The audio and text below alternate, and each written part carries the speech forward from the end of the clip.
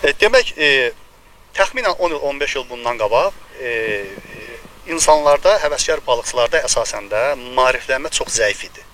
Çox zəif idi. Yəni biz aktiv mübarizə aparandan sonra ki, brakonierlik nədir, balığı necə ovlamaq lazımdır, belə deyək də, həvəskar balıqçılığa gəlib çıxmaq üçün birinci brakonierlikdən başqa. Çünki brakonierlik nədir? Çox adam elə bilir ki, bu təhqir edici bir sözdür. Xeyr, brakonierlik qeyri-qanuni ovla məşğul olmalıdır. Yəni, hər dəfə o kimdənsə öyrənirik və öyrədirik ki, məsələn, həvəskar balıqçılıq necə olmalıdır, nədən istifadə etmək lazımdır.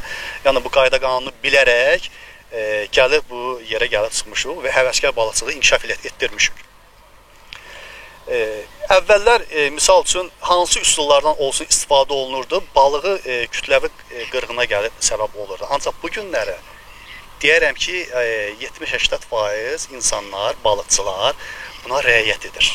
Rəayət edir və çalışır qorusun, təbiəti qorusun və balıqların kütləvi qırğının qarşısını alsın. Amma buna baxmayaraq yenə də brakonierlik var. Hansı ki, biz qarşısını alırdıq, gecələr yalnız girirdi, elektrik cəryanından istifadə edirlər və digər alətlərdən istifadə edərək kütləvi məhv edirdilər.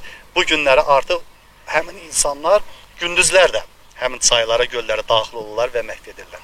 Hətta elə moment yaranır ki, deyirik ki, bəs siz niyə belə eləyirsiniz? Niyə görə bu təbiəti dağıdırsınız? Çünki bu təbiət hamınındır. Ölkənindir, xalqındır, millətindir, hamının payı var burada. Qarnını doyuracaq qədər istifadə elə. Deyir, nə bilirsən, kimə bilirsən, getdiyindən biz belənsə istəyirik. Bizim arxamızda duran var, bunun arxası kimdir, nəçidir, bunu araşdırmaq lazımdır. Amma brakonierlik halları olmasa, hər bir insan, hər bir balıqçı suyun kənarında gələr, ürəyi istədiyi, qarnını doyuracaq qədər balığını tutar və ailəsinin yanına qaydar, əli dolu qaydar. Tək bu il yox, ümumiyyətlə suların artmasının, çayların daşmasının həm müsbət cəhəti var, həm mənfi cəhəti var.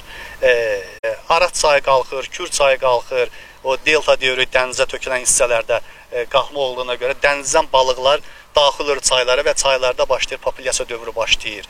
Yəni, Kür tökmə dövrünə gedir söhbət.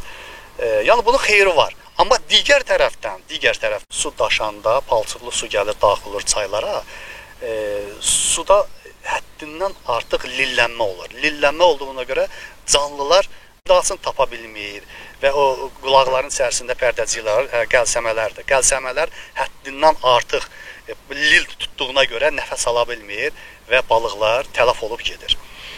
Misal üçün bizim Bəhrəmtəpə su qovşağında bilirsiniz ki, o